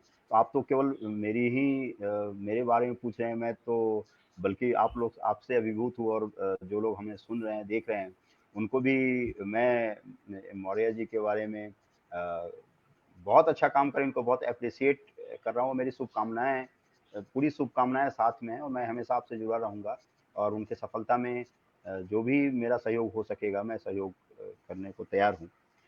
और उसका मैं ये कोई स्पेसिफिक नहीं बताऊँगा कि कौन-सा किताब पढ़ें, क्या पढ़ें, क्योंकि हर का कोर्स अलग-अलग होता है। लॉ पढ़ रहे हैं, उनका अलग कोर्स होगा, कोई इंजीनियरिंग पढ़ाई कर रहे हैं, उनका अलग होगा, सिविल सर्विसेज़ के अलग होगा। लेकिन कुछ मंत्र बताऊँगा, जो कि आपको सारे फ़ील्ड में काम करते हैं। चाहे आप स्टूडेंट हों, चाहे आप ब्यूरोक्रेट्स हों या आप जैसे समाज सेवा में और एनजीओ में लगे हुए हैं, वो लोग सारे के लिए काम पड़ता है। 2-3 चीज़ है, उसमें पहला चीज़ जो बताऊँगा वो है गुड रीडिंग हैबिट। आपको रीडिंग हैबिट्स रखना पड़ेगा। मतलब मैं जैसे पहले एग्ज़ाम दिया, लेकिन मुझे नहीं लगा कि अभी के एग्ज़ाम में भी मैं अनफिट हूँ। मैं अभी भी सारे टॉपिक्स को देखता हूँ और सारे पर मुझे जितने भी मैं बहुत जगह कोचिंग और लोगों को जैसे आपने मौका दिया, उससे बहुत सारे लोगों को करता हूँ और उनको मॉडर्न चीज़, क्योंकि मैं सर्विस में रह के भी हमेशा एक टेक्नोलॉजी को बढ़ाया है जितने हैं। तो इसका एक ही कारण है कि आप गुड रीडिंग हैबिट्स, आप अच्छे किताबों को पढ़िए। और एक बुक जो है, जो कि किसी भी आदमी को पढ़ना चाहिए, वो है how to how to analyze by Peter Hollins book है। How to think like Einstein है, बेसिकली थिंक लाइक आइंस्टीन। और दो बुक है, टू इन वन है, और रीड लाइक आइंस्टीन। तो बहुत अच्छा, सिंपल बुक है वो, बाय पीटर हॉलिन्स। ओके वो सर। बुक अगर आप वो बुक मैं बताऊंगा, अपने आप बहुत मिल जाएगा उसमें, कैसे स्टडी क्या करना है। हुँ, और हुँ। दूसरा चीज ये क्या है कि आप रोज आप जैसे बताया कि आपको रोज आपकी जिंदगी जीनी है, तो आप अपने 3 महीने का, साल भर का एक पहले आप लॉन्ग टर्म एजेंडा बना लें कि ठीक है, मैं लॉ की तैयारी कर रहा हूँ, तो लॉ की तैयारी, मेरा एग्जाम इस डेट को है, तो मुझे आप फिक्स कर लें कि फिक्स करने के पहले 1 आध महीना आप रिसर्च कर लें, या जैसे सबसे अच्छा गुरु रख लें, क्योंकि इतने सारे, अगर आपको अच्छा गुरु मिल गया तो आपको जिंदगी का सब कुछ मिल गया। तो आप जिस फील्ड में हुँ, चल रहे हैं, अगर आप लॉ की तैयारी कर रहे हैं, सिविल से तैयारी कर रहे हैं, तो आप कोचिंग पर बहुत ज्यादा नहीं जाएं। कोचिंग है, वो हेल्प करता है, लेकिन आप कोई ऐसे लगे कि आपको एक अच्छा गुरु मिल जाए। गुरु आपका दोस्त भी हो सकता है, कोई बड़े लोग भी हो सकते हैं, तो आप अपने गुरु तलाश करें। उसके बाद क्या करें, आप बुक्स, कि कौन कौन बुक्स आपको उसमें पढ़नी है, हुँ। उस बुक्स को आप रख लें। और एक बुक, बहुत ज्यादा बुक नहीं रहना चाहिए। ये नहीं कि 10 बुक रख ली और लाइब्रेरी भराओ, नहीं है। आप मुश्किल से 4-5 बुक आप रखें साल भर के लिए। और रोज रोज आप उसको क्या करें, जैसे आज रात में सोने जा रहे हैं, तो कल के लिए सोच लें कि हम ये चैप्टर पढ़ेंगे या इसका नोट्स पढ़ेंगे, या एक पूरा फोकस, एकदम लिमिटेड फोकस होना चाहिए, इतने पेज पढ़ेंगे, या इतना ये क्वेश्चंस, इसका जो पीछे एक क्वेश्चंस रहेगा या प्रीवियस ईयर क्वेश्चंस है, कैसे है, वो पूरा एक बना के रखेंगे, तो रोज उससे आपको फायदा मिलेगा। एक है। दूसरा चीज ये है कि आप कभी भी मल्टीटास्किंग नहीं करें। मतलब हुँ, मल्टीटास्किंग एक चीज है कि आप जो है, ऐसा नहीं कि कभी थोड़ा सा 1 घंटा ये भी चीज पढ़ लिए, दूसरा घंटा ये भी चीज कर लिए। मल्टीटास्किंग नहीं करें, हमेशा आप फोकस रहें। जैसे अगर आपको लॉ पढ़ रहे हैं, अगर आपको जूरिस्प्रूडेंस में आपको जाना है, तो आप उस समय केवल जूरिस्प्रूडेंस का कौन सा चैप्टर है, आप सारे मोबाइल को बंद कर लें, जितने भी आपको डिस्टर्बेंस बंद कर लें, और उसमें वन टच रूल है। जैसे आपको 1 घंटा पढ़ना है तो आप पहला चीज़ उस चैप्टर को ध्यान रखें, सारे उस समय आप सारे समय फ्री कर लें, और जैसे कि आप मैराथन दौड़ने वाले हैं, तो ब्रेन का मैराथन होता है, पढ़ाई जो क्या है ब्रेन का मैराथन है। तो आप 1 घंटे का आपको मैराथन दौड़ना है और एनर्जी लिमिटेड है, तो उस समय अगर आप मैराथन दौड़ने के लिए आप फिक्स कर लिए, तो इतने चैप्टर्स हैं, तो इस चैप्टर्स को आपको पढ़ना है, तो उसको आप 1 घंटे में आप उसको पूरा पढ़ डालें और दूसरा कुछ नहीं देखें। तो इसको बोलते हैं आपको जो है क्या, फोकस्ड माइंड। एक एक आपको चीन के बहुत बड़े बिजनेसमैन है, वो बोलते हैं कि आपको अगर गड्ढा खोदना है तो 100 जगह 1-1 फीट का गड्ढा खोदने से अच्छा है कि एक जगह आप 100 फीट का गड्ढा खोदो। तो 10 जगह गड्ढा खोदोगे, 100 जगह पता नहीं चलेगा, एक ही जगह एक 100 फीट का गड्ढा खोदोगे तो आपको पूरा एक ट्यूबवेल और ये हो जाएगा। तो आप हम्म। एक फोकस कीजिए, एक बुक रखिए, चैप्टर रखिए, और वही नहीं कर पाते हम लोग। तो पहले आपको हम्म। चुनाव करना बहुत जरूरी है कि क्या पढ़ना है, और पढ़ने के हम्म। बाद में उसको उसको फॉलो करना है, नंबर 1। नंबर 2, जो आपको तनाव कभी नहीं लेना, हमेशा आप हैप्पी रहना है। बहुत बार लाइफ में आएगा, आपको एग्जाम में आप टाइम आएगा, आप तनाव में आएंगे और आप कुछ भी नहीं पढ़ पाएंगे। तो उसको करके आप हमेशा देखिए, लाइफ का वही एंड नहीं है, हमेशा उसको एक प्रैक्टिस मैच समझ के चलिए, कि ये नहीं कि आज मैं टेस्ट मैच है, आज मेरा फाइनल है, अब आगे क्या होगा, ऐसा नहीं है। कभी भी फाइनल मैच, मैं तो कोई भी एग्जाम देने गया हूँ तो उस समय मैं ये सोचने गया हूँ कि मेरा है होगा कि नहीं होगा, बल्कि उसको मैं प्रैक्टिस टेस्ट लेके गया हूँ। तो प्रैक्टिस टेस्ट देखिए, तनाव में लेके नहीं रखिए। तो हमेशा हैप्पी रखिए, अच्छे गुरु को रखिए, और बहुत सारे मेरे पास टिप्स हैं जिसको मैं, टाइम मैनेजमेंट है और कैसे उसको करना है, वो मैं आगे जब डिटेल कभी होगा तो मैं बताऊंगा, वो अलग है। जरूर। लेकिन जरूर। 2 चीज को फिर कंक्लूड करना चाहूंगा कि आप अच्छे पढ़ें, मतलब एक आध अच्छे मोटिवेशनल बुक को आप जरूर पढ़ें। जैसे मैं एक बुक बताया जो है, आप उसी बुक को पहले पढ़ें। अब जब आप कोर्स के अलावा अगर आप कुछ दूसरा चीज पढ़ना चाहते हैं, जब आपको लगता है कि बोर हम्म। हो गए कुछ है, तो इस बुक को आप पढ़ें और इसको फॉलो करें। अच्छा। अच्छा। तो सर मैं आज जो एक साथी से बात कर रहा था, वो जो है पुलिस में अभी स्टार्टिंग उसमें है, वो कह रहे थे उनको जो है दिल्ली का जो है पुलिस कमिश्नर बनना है। तो आपका एम्बिशन क्या है अपनी सर्विस में? थोड़ा व्यक्तिगत सवाल है। और 26 साल से आप गवर्न कर रहे हैं अपनी अलग चीज़ों में, तो क्या रखते हैं आप जो है अपने भविष्य के लिए, क्या सोच रखते हैं आप? देखिए, पहले तो मेरा एम्बिशन था कि विभाग के टॉप पोस्ट पर पहुंचूं। जो हम लोग का टॉप पोस्ट होता है, जो दिल्ली में होता है, डायरेक्टर जनरल ऑफ फॉरेस्ट होते हैं। वो जो कैबिनेट सेक्रेटरी के लेवल का पोस्ट होता है, और यहाँ स्टेट में प्रिंसिपल चीफ कंजर्वेटर फॉरेस्ट, जो कि आपको चीफ सेक्रेटरी के लेवल का पोस्ट होता है। तो हर का एम्बिशन रहता है कि मैं principal chief conservator of forest बनूं। लेकिन पहले मैं सोचता था, अब मैं उतना नहीं सोचता। अब मैं सोचता हूँ कि उसके लिए मैं समय ध्यान दे दूंगा कि मैं अब बनूंगा तब मैं हैप्पी रहूंगा, वो नहीं है। मुझे जिस जगह हूँ, मुझे उसमें बहुत मजा आ रहा है। और मैं आज कोई फाइल और आज कोई अच्छा डिसीजन लेके आता हूँ, बहुत सारे इंपॉर्टेंट डिसीजन लेता हूँ, जिसमें कि अपने को कुछ दुविधा रहती है, बहुत सारा वो डिसीजन मैं ले लेता हूँ। तो मुझे आज अच्छा लगता है, कल के लिए सोचता हूँ कि कल मैं क्या करूंगा, तो मेरा पूरा फोकस कल पर रहता है। तो एक लॉन्ग टर्म सोच जरूर है कि हाँ, मुझे 1 साल में ये चीज करना है, एक साल भर का मैं बना लेता हूँ, या 5 साल का, कि मुझे लाइफ में ये चीज, ये स्किल डेवलप करना है। उसको एक बार कर लिया, लेकिन उसके बाद फिर रोज का रोज करता हूँ। तो ऑफकोर्स पीसीसीएफ बनना मेरा है, लक्ष्य है, लेकिन वही अल्टीमेट नहीं है। मैं अभी भी मैं बहुत संतुष्ट हूँ, और हो सकता है पहुँचते पहुँचते मुझे इसी में मजा आने लगे। सर आपको हमारे तरफ से, हमारे सारे ऑडियंस की तरफ से और मेरे पूरे परिवार, जो हमारा सोशल वर्क का परिवार है, बीएनए परिवार है, आपको बहुत बहुत बधाई और शुभकामनाएं। आप बहुत बहुत जो है ऐसा काम करें, से इस पे मुझे गर्व है पर्सनली, और मुझे बहुत खुशी कि मैं आपसे आज बात कर पाया। और मेरी बात हो रही थी दिलराज प्रभाकर सर से, जो हमारे जो है सीनियर साथी हैं, उनको मैं अपना जो है मेंटर मानता हूँ, और उनसे हमारी बात होती है। वो हमें जिक्र कर रहे थे कि जब वो आपके साथ में थे दुर्ग क्षेत्र में, आप उनसे 14 ईयर सीनियर हैं, तो है किस तरह से साथ में सानिध्य में आपके उन्होंने काम किया, और उनका कमेंट भी जो है स्क्रीन पर अभी इसमें प्ले हो रहा है। तो मुझे बहुत गर्व है कि मैं जो है अच्छे अच्छे जो है ऐसे लोगों से बात कर पा रहा हूँ, उनको मैं अपनी लाइफ में लुक अप टू कर सकता हूँ।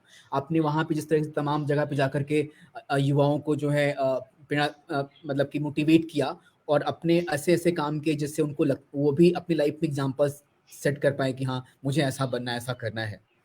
तो मैं आपको थैंक यू बोलना चाह रहा हूँ कि आपने इतना करेज वाला काम किया, आपने अलग-अलग सेक्टर्स में, चाहे जिला पंचायत का वाकया हो, चाहे वो माइनिंग में जब रहे तब उसका वाकया हो। मैं आपसे चाहता हूँ पूछना कि आपका क्या मैसेज है हम जैसे लोगों के लिए जो लोग अभी जीवन के शुरुआती पड़ाव पर हैं और कुछ अच्छा करके जो है देश को और दुनिया को कुछ देना चाहते हैं और अपनी ज़िंदगी को जो है मरने के पहले सार्थक करना चाहते हैं। आपका कोई संदेश हम लोगों के लिए अगर है तो प्लीज़ बताइए हमें? ज़रूर, ज़रूर।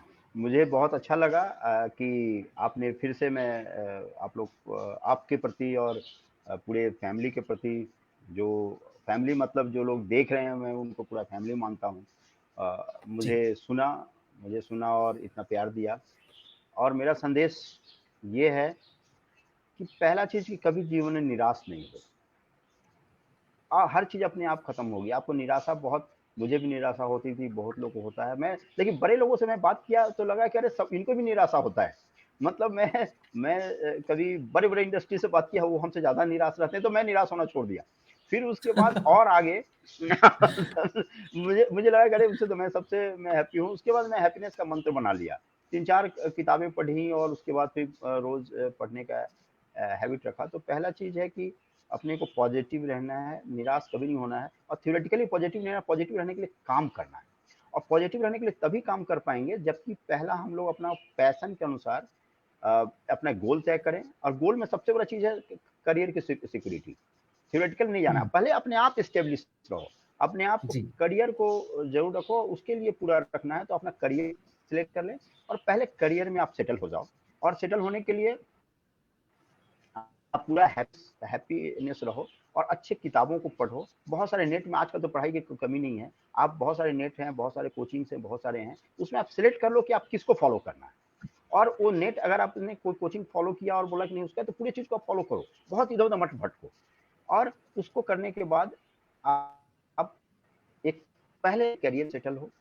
फिर पैसा, आदमी को पैसा भी चाहिए। जब तक आप फाइनेंशियली सिक्योर्ड नहीं होता है, तब तक आदमी लाइफ में हैप्पी नहीं हो सकता है। ये नहीं बोल रहा हूँ कि बहुत ज़्यादा पैसा चाहिए, हुँ, लेकिन एक minimum level of financial security चाहिए। तो उसके लिए और पैसे हुँ, आपको सही मीन्स से आना चाहिए। तो आजकल तो इतनी अपॉर्च्युनिटीज़ हैं कि अगर आप अपने आप को अपना एबिलिटीज़ और अपने जो हुँ, स्किल्स डेवलप करेंगे, तो आप बहुत ज़्यादा पैसा कमा हुँ, सकते हैं। बल्कि आज आज तो बहुत अच्छा समय है। तो आप अच्छा स्किल हुँ, डेवलप करो और सबसे हुँ, पहले आप लाइफ में स्टेबल हो। और स्टेबल होने के लिए आप रोज, फिर से बता रहा हूँ, आप एक अच्छा गुरु, मैं निचोड़ ये बता रहा हूँ कि एक अच्छा गुरु पकड़ो। एक एक नहीं गुरु बने तो खुद का गुरु बन जाओ। अगर कोई गुरु नहीं मिल रहा है ना, तो खुद का, जैसे मैं लोगों को गुरु का बोलता हूँ, लेकिन मैं खुद सेल्फ स्टडी किया हूँ। लेकिन मुझे लगा कि मुझे अच्छा गुरु मिला होता तो और पहले और बहुत अच्छा कर लिया होता। तो एक अच्छा हुँ, गुरु बन जाओ। अच्छी किताबों को आप सेट कर लो कि जो करियर में आप जाना चाहते हैं, उसको आप पता चल जाएगा। 8-10 दिन रिसर्च करो कि इसके लिए ये चैप्टर, इसके लिए ये बुक, इसके लिए ये बुक है। पूरा आपको मिल जाएगा नेट से या कहीं से या लोगों से हुँ, चर्चा करने से। उसी को आप सिलेक्ट कर लो और उसको फोकस रख के आप पढ़ो और सबसे पहले करियर में सेटल हो। और निराशा भी आए तो भी निराशा नहीं होके, हो सकता है कि हमेशा देखिएगा कि जो फेलियर्स होते हैं वो स्टेपिंग स्टोन ऑफ सक्सेस होता है। और मैं जब भी कहीं क्या किसी बात! गैदरिंग में जाता हूँ, लोगों से बात करता हूँ, तो उनसे उनको ये पूछता हूँ कि कौन सक्सेस हुआ। जो वैसे पीएससी और बहुत से लोगों से बात करता हूँ, तो बहुत सारे लोग गैदरिंग में मुझे बुलाते हैं। तो उनसे मैं पूछता हूँ कि कितने लोग पास हुए और कंप्लीट किए, हाथ उठाते हैं। तो अच्छा, कितने लोग फेल कर गए, उनका हाथ उठाता हूँ। तो मैं सबसे पहले उनसे मिलता हूँ जो फेल किए हैं और उनके से मैं बोलता हूँ कि आपके साथ मैं खड़ा हूँ। पास कर तो ठीक है, वो वाला। अब आपके साथ हम हैं। जो हुँ, किसी भी तरह से फेल हो गया, जो किसी भी तरह से वंचित हो गया, मैं उनके साथ खड़ा हूँ। और अगले साल मैं आपको चाहता हूँ कि आप इस तरह से इधर आ जाए। तो हमेशा आपको ज़िंदगी में निराश नहीं रहिए। और अगर आप ऊपर, और एक और है, भगवान, मैं तो गॉड में बिलीव करता हूँ। प्रार्थना में बिलीव करता हूँ। बहुत लोग नहीं करते हैं, मैं नहीं करता हूँ, उसमें मैं नहीं बोलूँगा। लेकिन मेरा जो पर्सनल है, अगर आप, जो भी होता है अच्छे के लिए होता है। आप गॉड में बिलीव रखें और आप उसको सोच के कि नहीं, कुछ न ज़रूर अच्छे के लिए हुआ होगा और हमारे लिए कुछ ईश्वर ने अच्छा सोच के रखा है। तो वो सोच के करें, तो उसमें हमको बहुत अच्छा सफलता मिलेगी। और फिर बोलता हूँ, ज़िंदगी में कभी निराश नहीं नहीं होना है। हमेशा लाइफ में कितने से बुरी परिस्थिति आ जाए, तो ये एक अपने सामने, टेबल के सामने लिख के रखना है कि ये वक़्त भी गुज़र जाएगा। क्या बात है! मतलब अगर जो बुरा वक़्त है, तो बुरा वक़्त है तो वक़्त भी गुज़र जाएगा। हमेशा गुज़र हुँ, जाएगा, हमेशा हर शाम के बाद में सुबह आती है। और जब आप बहुत अपने आप को ईगो में आ रहे हैं कि नहीं मैं बहुत सक्सेसफुल हो गया, सब हो गया, तो भी आपको आपके कंट्रोल में रखेगा कि अभी आपका अच्छा समय है, ये भी गुजरेगा, फिर आपको कभी कठिनाई का सामना करना हुँ, पड़ेगा। तो हमेशा हुँ, ये सामने रखना चाहिए कि ये वक़्त भी गुज़र हुँ। जाएगा। सर बहुत बहुत बढ़िया बात कही आपने, दिल मेरा खुश हो गया। मतलब we we ended on a very good note. इससे पहले कि हम खत्म करें, मेरे कुछ बहुत ही जो है दिली साथी हैं जो कुछ सवाल पूछ रहे हैं आपसे। इनका सवाल था जो है रोहित कुमार जी का, कि क्या बिना पैसे के हैप्पी रह सकते हैं? ये अपना-अपना ये है नज़रिया है। बिना पैसे के भी बिल्कुल। हैप्पी रह सकते हैं। ऐसा नहीं है हुँ, पैसा हैप्पीनेस के लिए कोई ज़रूरी नहीं है। लेकिन हुँ, मैं कॉमन मैन, मैं थ्योरेटिकल नहीं बोल रहा हूँ।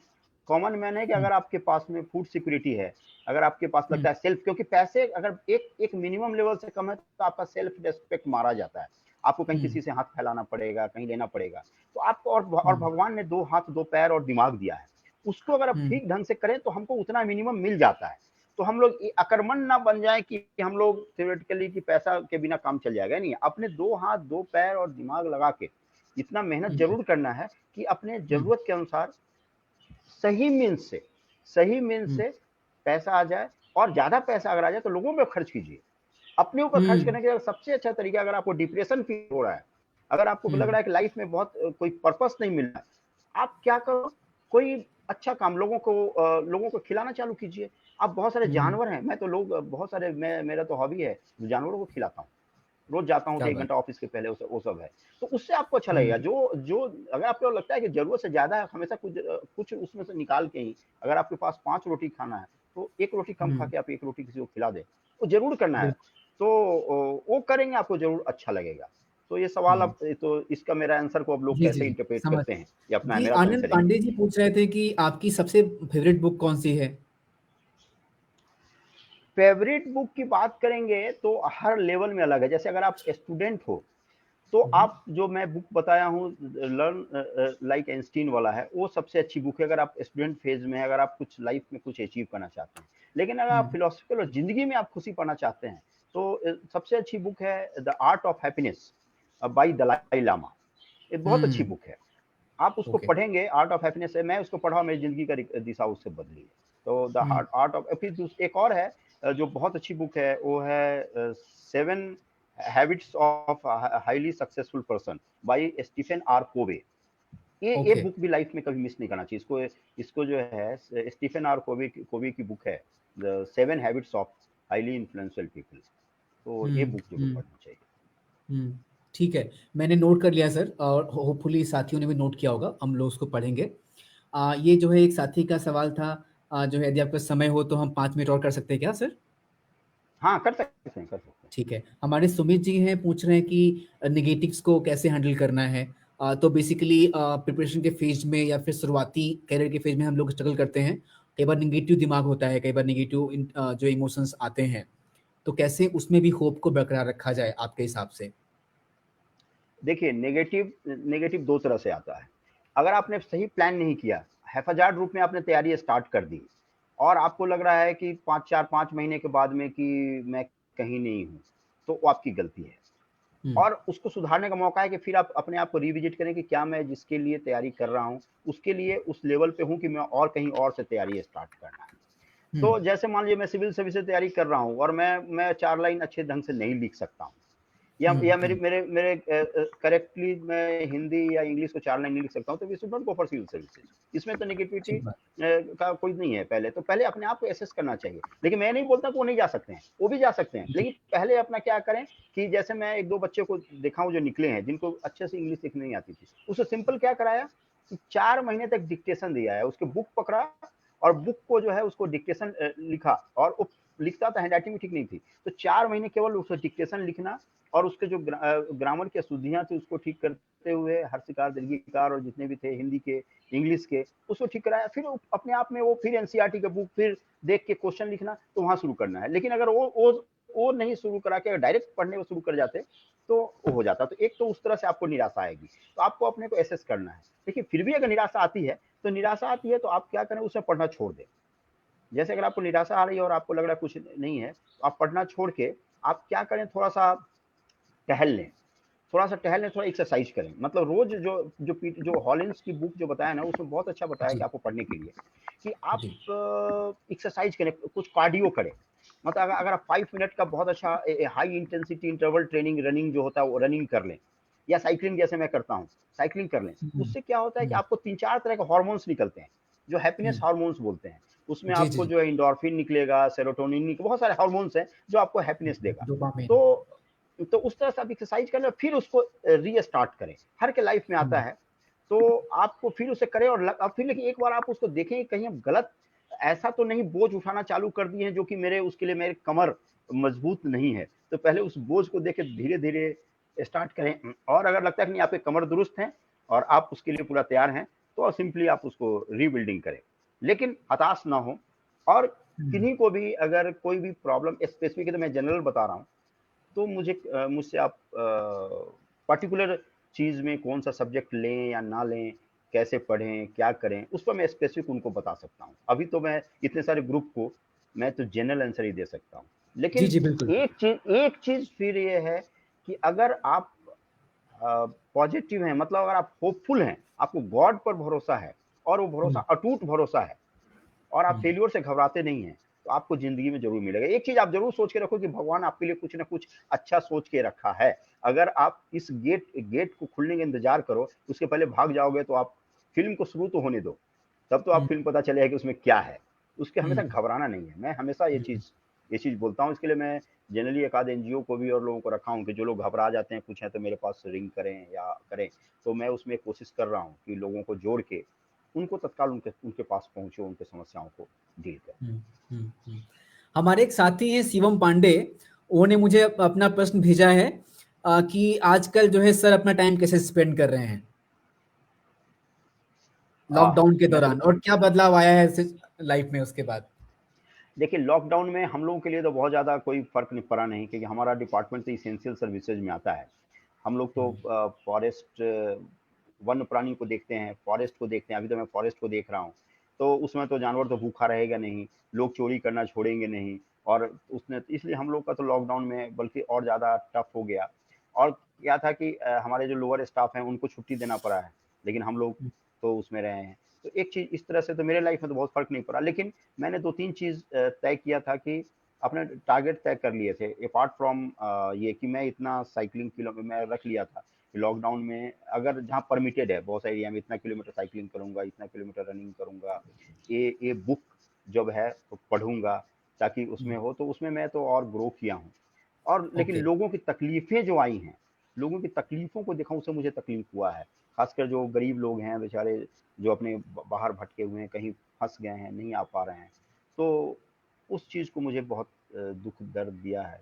दूसरा, जो जानवर लोग हैं, जब लॉकडाउन हो जाता है, बहुत सारे कुत्ते हैं, बहुत सारे बिल्लियाँ हैं, बहुत सारे ये हैं जिनको कहीं से खाना पीना मिल जाता था, वो लोग बहुत भूखमरी के कगार पर थे, तो उनको जहाँ हो सका मदद किया, और उनकी तकलीफ को देख के मुझे तकलीफ हुई। अच्छा, अच्छा। सर एक सवाल है आनंद पांडे जी का कि आपका इन्होंने लिखा है कि प्रेम सर आपके जीवन का मुख्य ध्येय क्या है? मुख्य ध्येय तो अब मैं एक लाइन में बताऊँ तो लोगों को खुश रखना है। मतलब जितने वाह! सारे लोग हमसे हमसे जुड़े रहें, जितने सारे लोग एक तो पहला चीज़ है कि मैं अपने काम को अच्छा से करूँ, जो मुझे ड्यूटी मिला हुआ है, उसको मैं हुँ, कोई हुँ, कॉम्प्रोमाइज़ नहीं करूँ, उस चीज़ को मैं अच्छे से डिलीवरी दूँ, जहाँ भी मैं हुँ, पोस्टेड हूँ, जो मेरा मैंडेट है। दूसरा चीज़ है कि युवाओं के साथ मैं जुड़ूँ, जितने भी युवा लोग हैं, और उस समय उनसे इसलिए मैं जुड़ता हूँ, कॉलेजों में जाता हूँ जितना हूँ, तो उनको हैप्पीनेस, मैं खुश रहूँ और उनको हैप्पीनेस रखूँ और उनको लाइफ का मंजिल दूँ। मेरे लाइफ का यही 2 और तीसरा एक और है, 3 है मेरे तीसरा है कि मैं जानवरों को, मूक जानवरों को बहुत प्यार करता हूँ। तो उनके लिए मैं लाइफ में आगे कुछ कर सकूँ।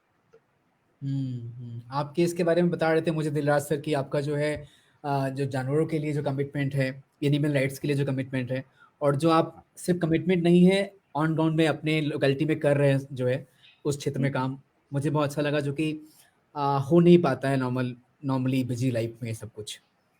और मैंने ये सीखा आपसे कि प्रेशर भरी लाइफ़ में भी पैशन को फ़ॉलो किया जा सकता है, अगर टाइम को मैनेज करें सही से।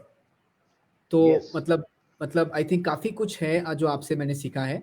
लेकिन थोड़ा-सा जो है ये है कि और इलैबोरेट बाद में आपसे करूँगा बाद में कभी और कहीं न कहीं एक भूमिका आपकी भी रहे, मैं चाहता हूँ जो मेरे सपने हैं उसमें, और जो हमारा शेयर्ड जो है कलेक्टिव जो है एफर्ट हो, उसमें आपका भी हाथ रहे, जिस दुनिया को बनाने की सोच रख करके हमने शुरू किया भारत नवोदय अभियान।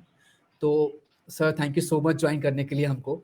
आपने डिनर नहीं किया होगा आज, मैं माफ़ी चाहता हूँ आपके देरी के लिए, आप जाके नहीं, खाना खा नहीं, लीजिए। जी। और बहुत सारे ऑडियंसेस हैं जो अलग-अलग प्लेटफ़ॉर्म से हमको देख रहे हैं। आप लोग भी खाना खाइए और सब लोग खुश रहिए। और मुझे याद आ रहा है कि जो भी एम्फैन का प्रॉब्लम पश्चिम बंगाल में, उड़ीसा में आया है, बहुत दुःख की बात है। मैं अपना जो है सर की तरफ से भी, दिलराज सर की तरफ से भी, सारे लोगों की तरफ से काफ़ी मतलब दुःख व्यक्त करता हूँ। और मेरा मेरा मेरा मेरी निवेदन है मेरा कि जो लोग ब्यूरोक्रेट साथी देख रहे हैं, जो कि प्रधानमंत्री कार्यालय के साथ में काम कर रहे हैं, या फिर जो कि प्रधानमंत्री आपदा राहत कोष के साथ काम कर रहे हैं, या जो रेड क्रॉस में काम कर रहे हैं, या जो गूंज नाम की सोसाइटी के साथ में काम कर रहे हैं, अलग-अलग लोग अलग तरीके से जो है जो भी कर सकते हैं वहाँ पर करें। और मेरा जो है संबोधन मीडिया को भी है, मीडिया हाउसेस जो भी हैं वो समय से सब कुछ दिखाएँ, जो है सब लोगों को, हम लोगों को, कि कहाँ पे वहाँ पे क्या प्रॉब्लम हो रही है। और जो फिलैंथ्रोपिस्ट हैं जो अलग-अलग जगह पे पैसे देते हैं, अगर वो अपने धन का उपयोग कर पाएँ वहाँ पे जो आपदाएँ हैं उसको ठीक करने में, आपदा में विस्थापित लोगों को मदद करने में, तो काफ़ी खुशी होगी। और भगवान से प्रार्थना है कि सब कुछ ठीक हो और दुनिया एक बेहतर बने। लॉकडाउन से हम लोग बाहर निकलने वाले हैं नियम के हिसाब से। कोरोना अभी तक गया नहीं है, तो मैं आपसे कहना चाहता हूँ कि आप सेफली रहें जहाँ भी रहें, और ख्याल रखें, प्रिकॉशंस लें। सबको बहुत-बहुत धन्यवाद वॉच करने के लिए। अभी भी जो है इस प्लेटफ़ॉर्म पे हमारे 16 व्यूअर्स हैं, लेकिन सब मिला के हमें 220 लोग देख रहे हैं। सबको बहुत-बहुत धन्यवाद। बहुत-बहुत खुशी की बात है कि आपसे बात कर पाएँ। और जल्दी ही हम लोग बात करेंगे दिलराज प्रभाकर सर से, जो आप आज नहीं आ पाए किसी अर्जेंट सिचुएशन की वजह से। तो थैंक यू सो मच आप सब लोगों को। सर नमस्ते आपको। गुड नाइट, खाना खाइए और मैं आपसे संपर्क में रहूँगा। नमस्ते, नमस्ते, गुड नाइट, गुड नाइट।